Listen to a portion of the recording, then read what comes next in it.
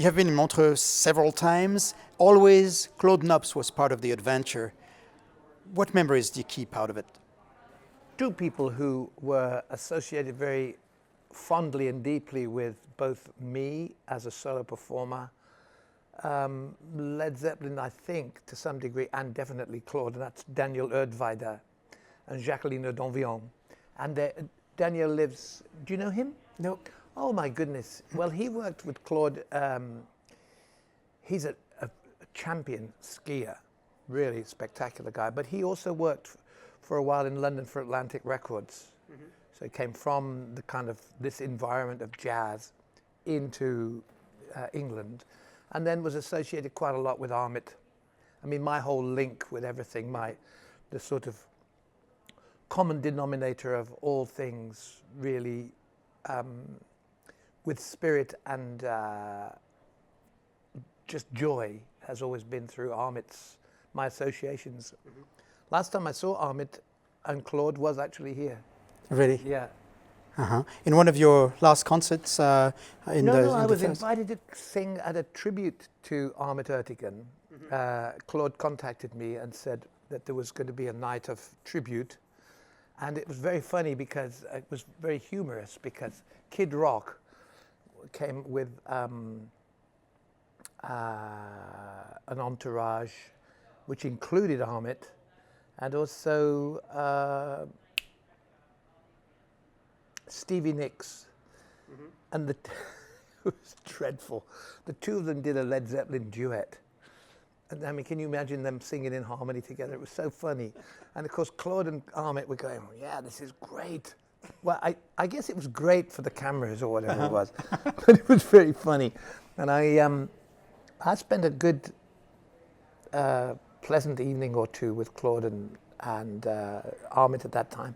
The tribute was to Armit for, I guess, the encouragement and the interlinking between Claude when he went over to New York in '65. Mm-hmm. And have you read his book, the big book that he wrote?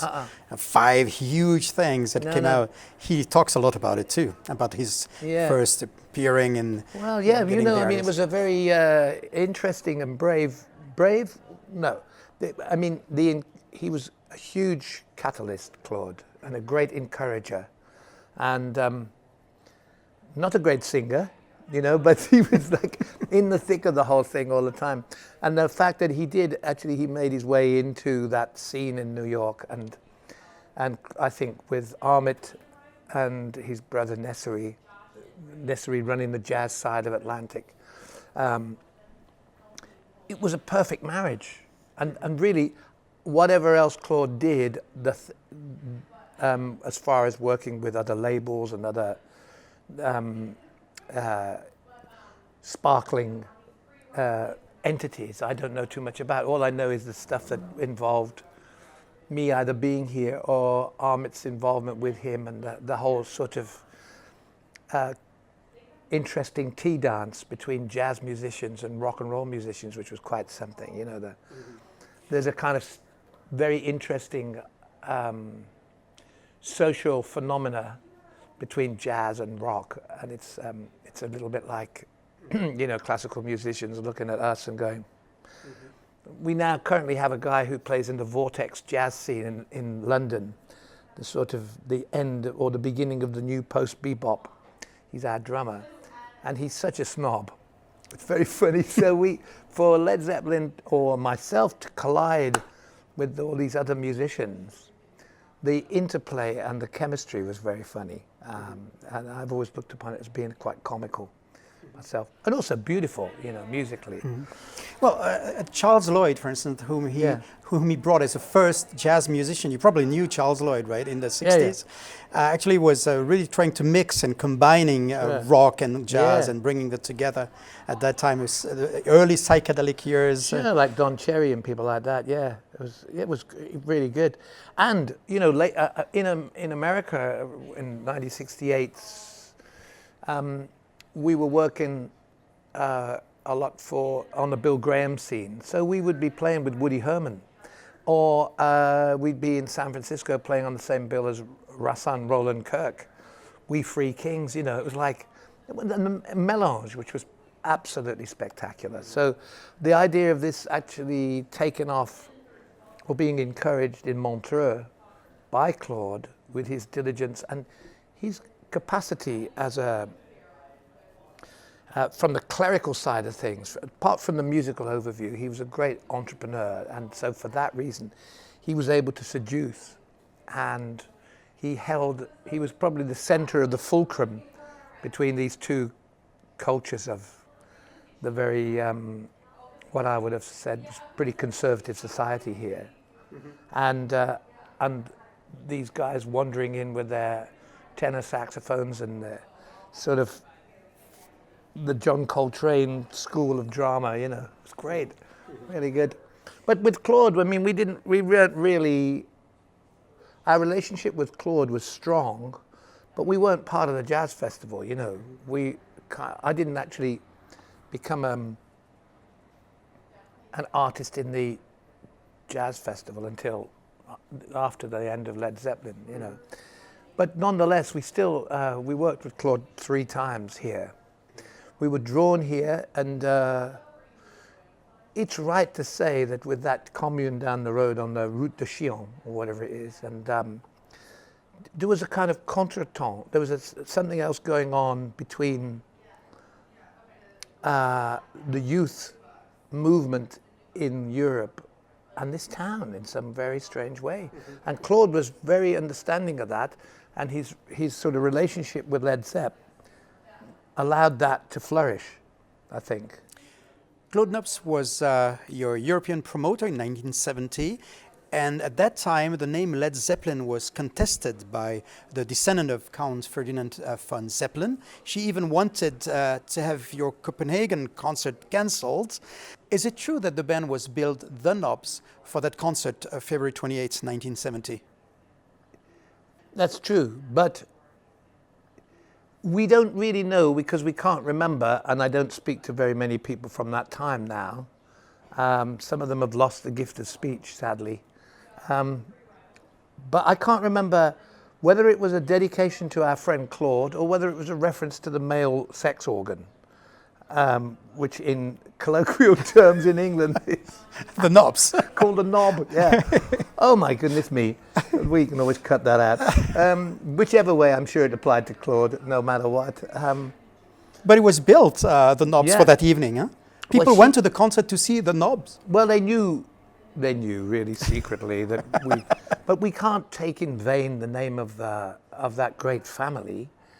I'm sure that what Count von Zeppelin did was fantastic, you know, for the whole of the world peace and soliloquy throughout Europe. But I don't know who did the most damage, really, whether it was Led Zepp or his flying machines, I'm not sure. But whatever it is, we were the Nobs, and we were happy to be the Nobs, yeah. And, you know, Claude used to encourage us to,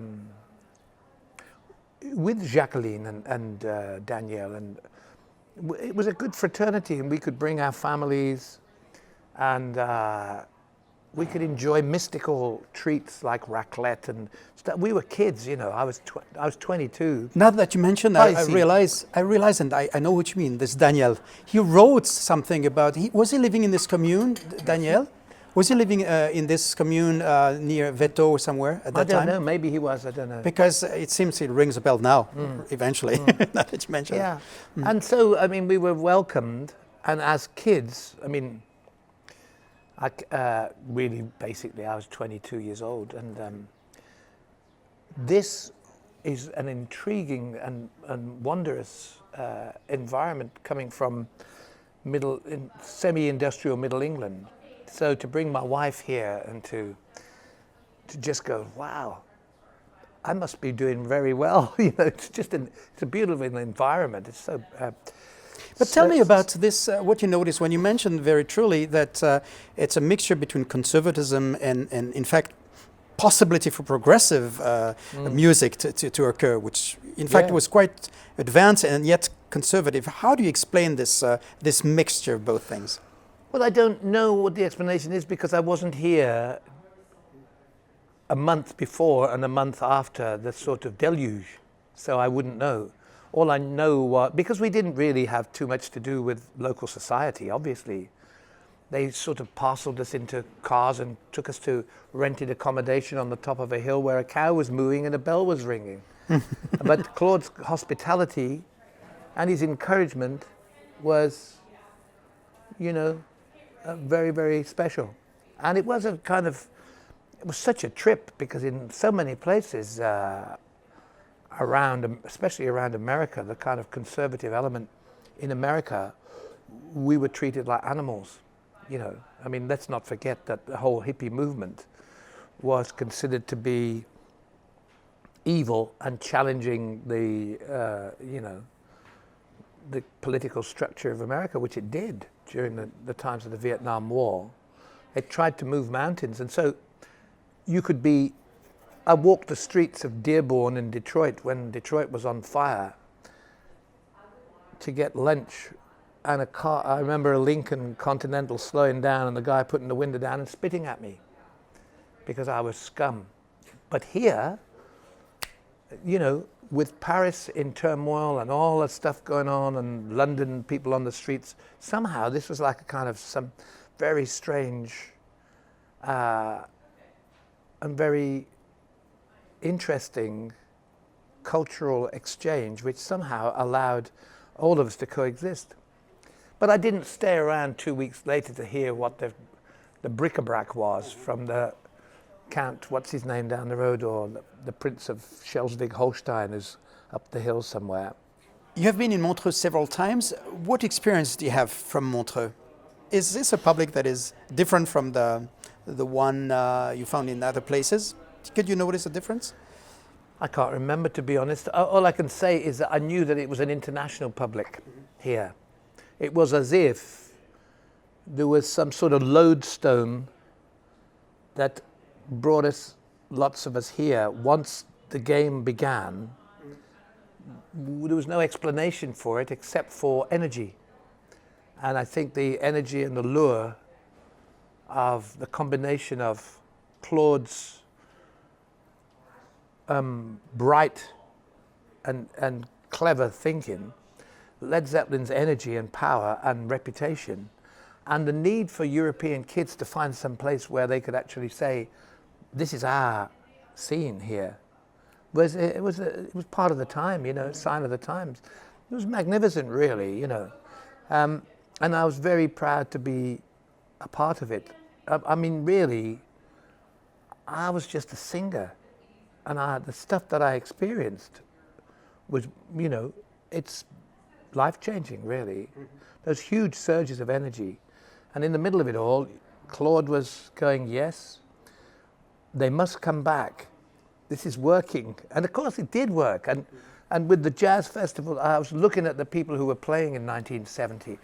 And in fact, you know, I mean, I can't imagine the amount of meticulous arranging with very, very questionable agents in America to get Gatemouth Brown, you know, to get Professor Longhair, to get all these fantastically juxtaposed people against, you know, all of the bona fide post-bebop jazz players of the day, and then all these kind of blues guys, and then slowly creeping in became more of little bits and pieces of the rock scene moving into it, which is perfect, you know.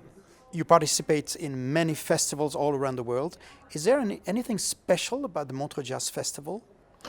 Well, you know, obviously, physically and cerebrally, the intentions are totally different. There's no equivalent at all. They're on different levels altogether. I mean, it's like comparing Woodstock to Montreux. No, maybe Woodstock had far more heart because it was the beginning of the new days, if you like. But there's no comparison, really. This was always an exposition.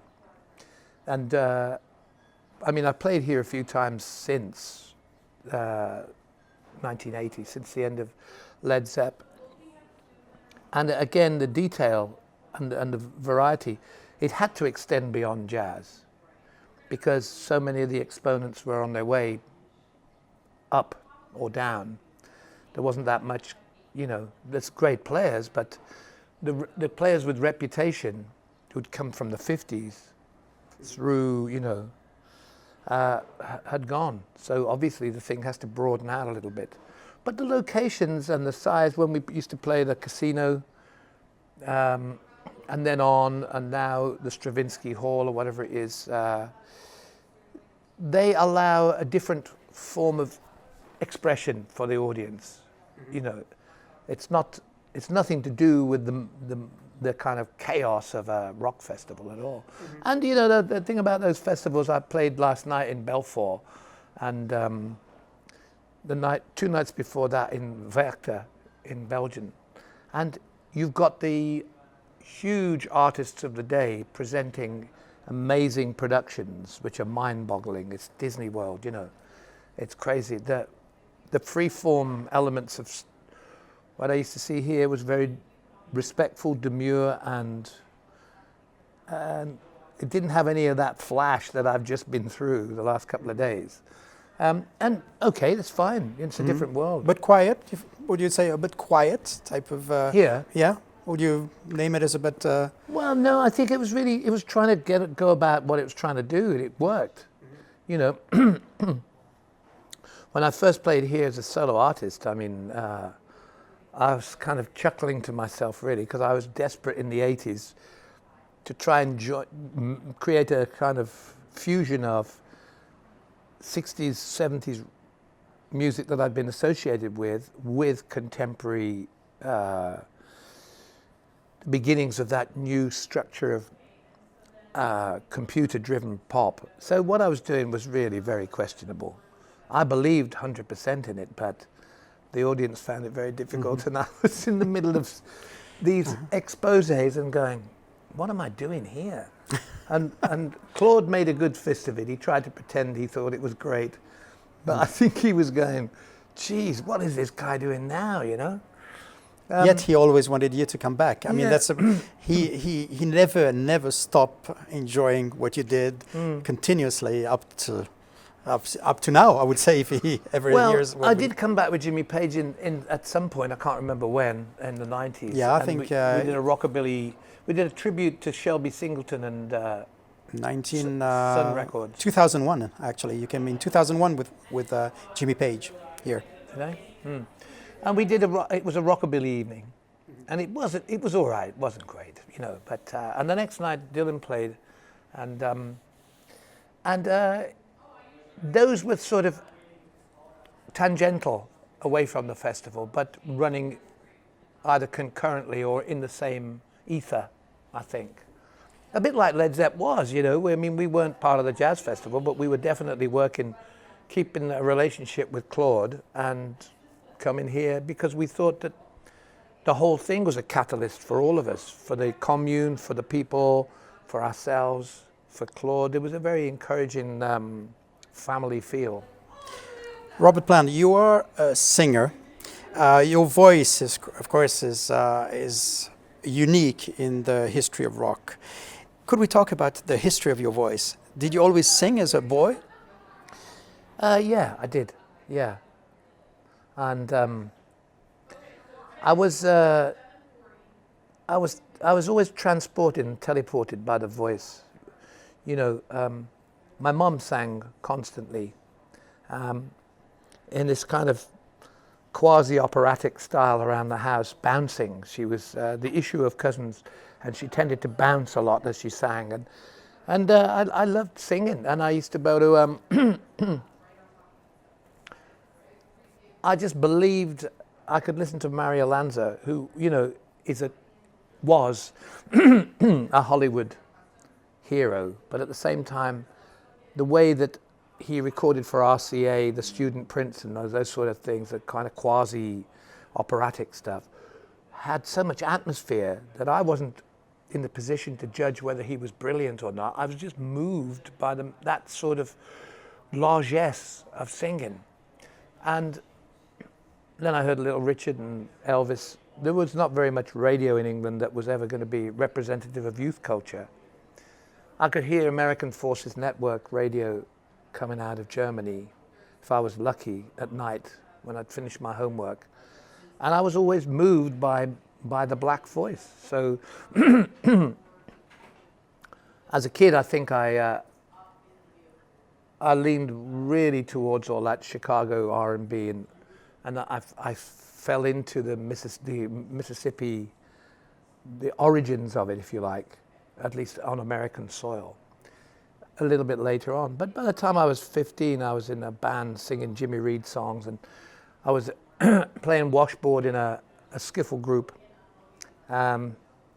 listening to Lead Belly and Blind Lemon Jefferson, and I still play Lemon Jefferson on my laptop now in the morning with a little amp on it.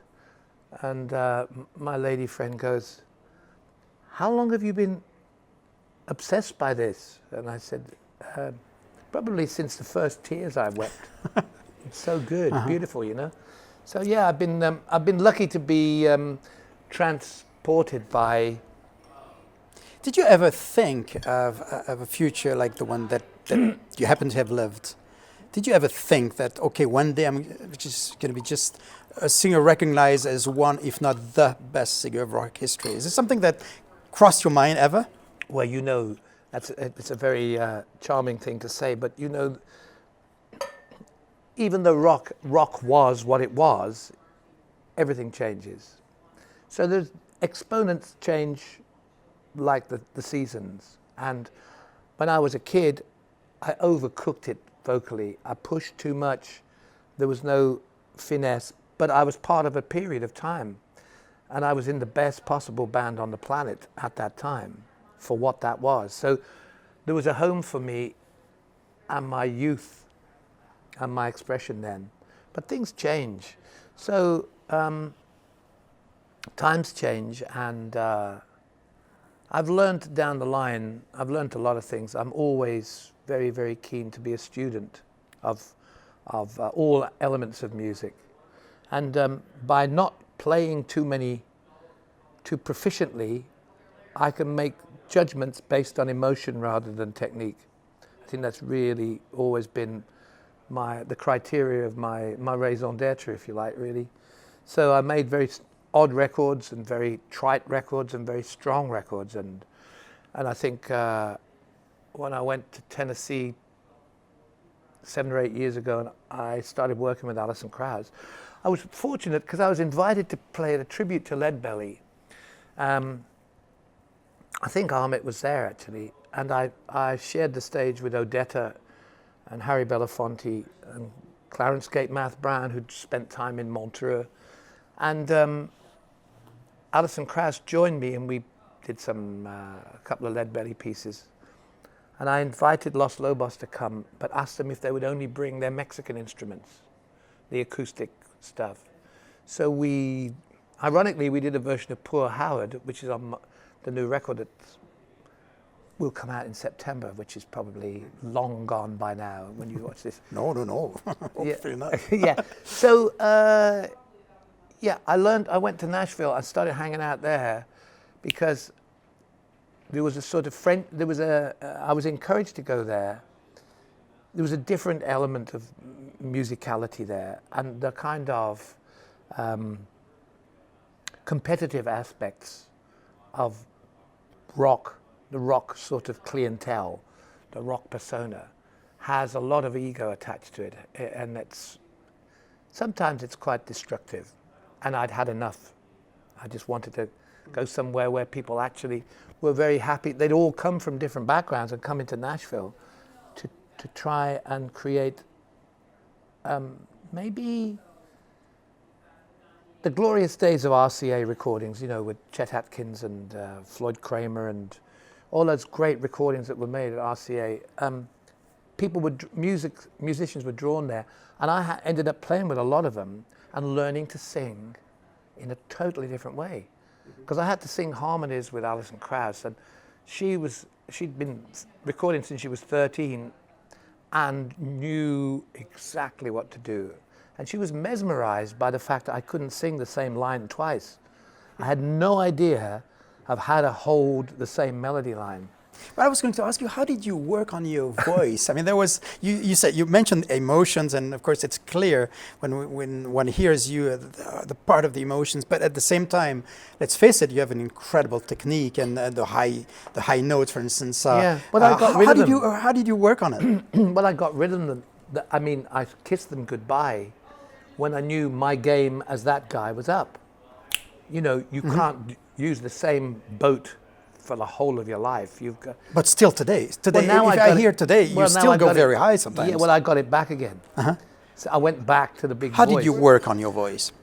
Well, once I immersed myself with the kind of the royalty of Nashville, you know, and and then on with again with Patty Griffin, who had just the previous year got a Grammy for top gospel album. She was very embarrassed, she said, because Mavis Staples came to her to celebrate it, and you know, Mavis is like she sits at the right hand of God as far as we're all concerned, you know. So having learnt this structure of singing, I really was missing the kind of free-form element, because I'd been with this structure for quite a long time. And a structure which vocally you can't leave, you have to stay with the note. So when I came back to the UK, I joined up with the guys I'd been working with in the early parts of 2001 to Strange Sensation. And we got this new drummer in, and Joe Day from West Africa, from the Gambia. And we started the ability to sing within the energy that we were creating. It wouldn't have been appropriate to use the other voice, the Nashville voice. So I just started to kick it up. And now my voice is really strong, and because I sing 4 or 5 times a week now, it's opened up more and more and more. And, you know, last night it was a Memorex advert. I expected a glass to break. It was great. I just going, sheesh. Because when you create a criteria as a singer, once you start losing that, it's the first thing that the media will say, oh, can't do that anymore. We can't do that anymore. And how many musicians are, you know, especially trumpeters and people like that, top C, where's top C, you know? It's all that stuff about they make you and then they break you. So it's been quite an adventure for me to find that I've actually got that voice back. Especially now, you know. Yeah. It's fabulous. People help me across the road now, you know. He looks like he needs some help in the traffic. No, but I mean, if I compare, you know, the concert you did here in Switzerland, Paleo, a few years ago, and the concert that you're about to give, and which I have seen that was broadcast by BBC the other day, this year's concert is fabulous. I mean, I must personally say, I personally, this is my opinion, I just love it so much, the one that you're doing this year. I think it's how can I say, we are with Robert Plant again, it seems to me much more so. Do you feel that yourself? Well, I don't know how many RPs there are, but this one is one that has a lot of fun. I mean, the sparkle between us, and the moments within the structures of the songs where there is a place to go, which is uncharted, and I can just come in anywhere singing. I can, you know, do cross rhythms and miss all my cues, and we start laughing. And it's a great free-form place. So if you're happy and you're not under the constraint of actually having to repeat. I mean, I wish I could play, there's a beautiful piano in there. I wish I could play the piano really well. But when I've had a bottle of red wine, I think I'm great. But best not to do that on stage. Best not to be too serious about my limitations. Best to just enjoy it. And I think really, you know, I do embrace my life as an entertainer. I'm not hiding anything. I do what I do, and there are new gods, and they're very good too. And you don't hear my songs on the radio, so people don't really sing along with them. So you go to big festivals, and I'm sort of underground now. You know, I'm not courant, but I'm not, legend really. I'm just working. It's like a kind of hit and run job.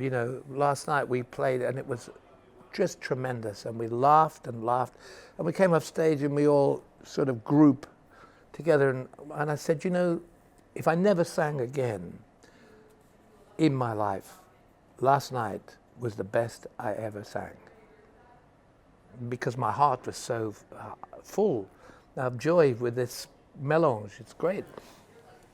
Why did you choose this name of your band, the Sensational Space Shifters?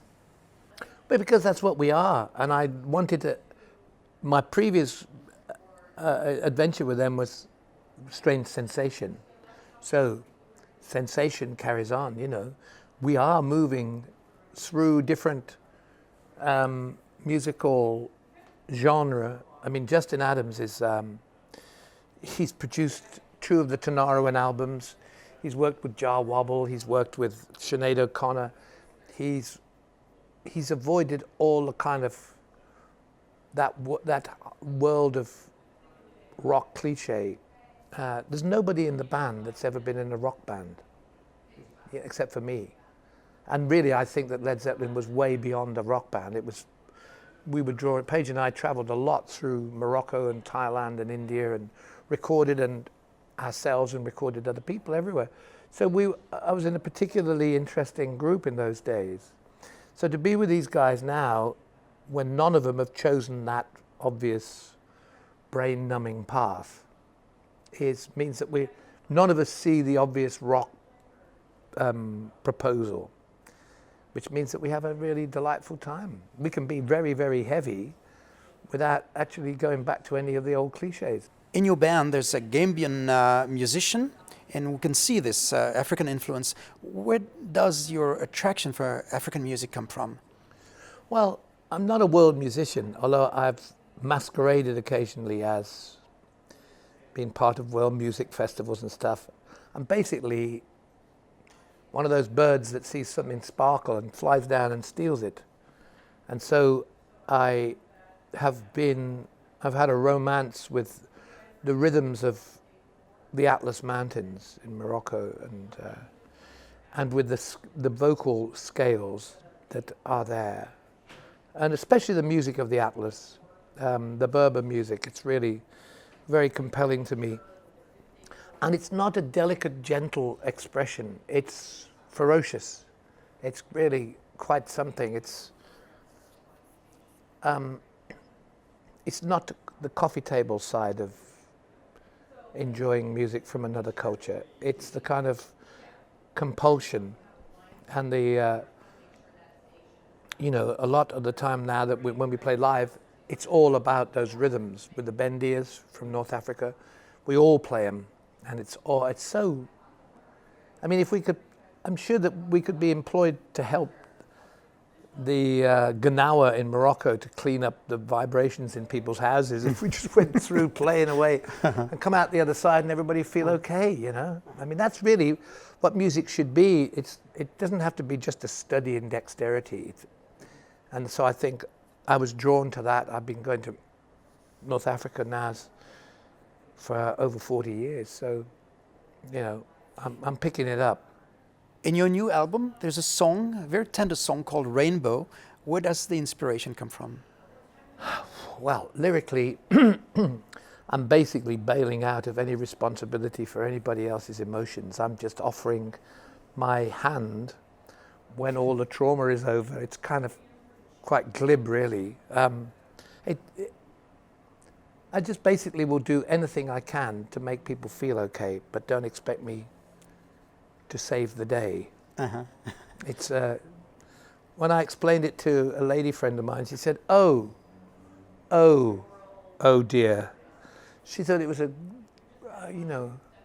one of those joyous moments where I'll look after everything. And I'm saying, I'll be around after the event. Uh-huh. When you got it sorted out, I'll be there. You were part of a huge youth movement that wanted to change the world, and now you're welcomed by everyone, including by Obama. Do you still think today that music can and will change the world eventually? No, I think it's a panacea. I think it is a prescription to take away some of the pain and the stress and the anguish. But the great orators of music, Dylan and on through, the people that had so much to say, the cause and effect of a particular period of popular music into society, it had amazing resonance once upon a time. There was a sort of huge movement to question so much of the decision making in the United States and Britain and the corruption and everything that we know about. Now we're at the material age and the age of IT and all that sort of thing. The whole thing, appears to me, I look now for the people who carry the torch. And there's so much going on. For a while, maybe black urban music was doing some stuff, you know, it was laying it down, not just for the black community, you know. But either I'm not aware of it or I just see music as being that release. It's what I want to hear, you know. But I'm not encouraged to take up arms. I don't hear anybody singing about Blair and his responsibilities now, but he has some. Well, I have one last question, and this is one day when you said that you could have led other lives, you could have done other things, and I remember you saying that you were interested in teaching. Could you imagine you being a teacher, and why would that interest you particularly? Well, I've always been really hungry for knowledge, but in my case, a little knowledge is a dangerous thing because, first of all, I find it very hard to store knowledge, but at the same time, I love the idea of illuminating. And having had kids and having grandchildren and being in a semi-rural society for a long, long time in the same place, most of my life, I'm very attached to the concept of community and family and stuff. And when my kids were young, they attended a Rudolf Steiner, Waldorf Steiner school. And I really liked the process of children being encouraged to blossom before they were bludgeoned, you know. But now, I don't know, perhaps I'd be better off being a gardener's assistant. You know Peter Sellers in Being There, that last movie he made, where everything that he said that was considered to be profound was actually some vague terminology from his work in the garden, and it was, everybody took it as being manna from heaven. It's very funny. Yeah, I think I'll stay with the rural plan now. Robert Plant, thank you very, very much for being with us today. Thank you. Looking forward to the concert tomorrow here in Montreux. Thank you very much.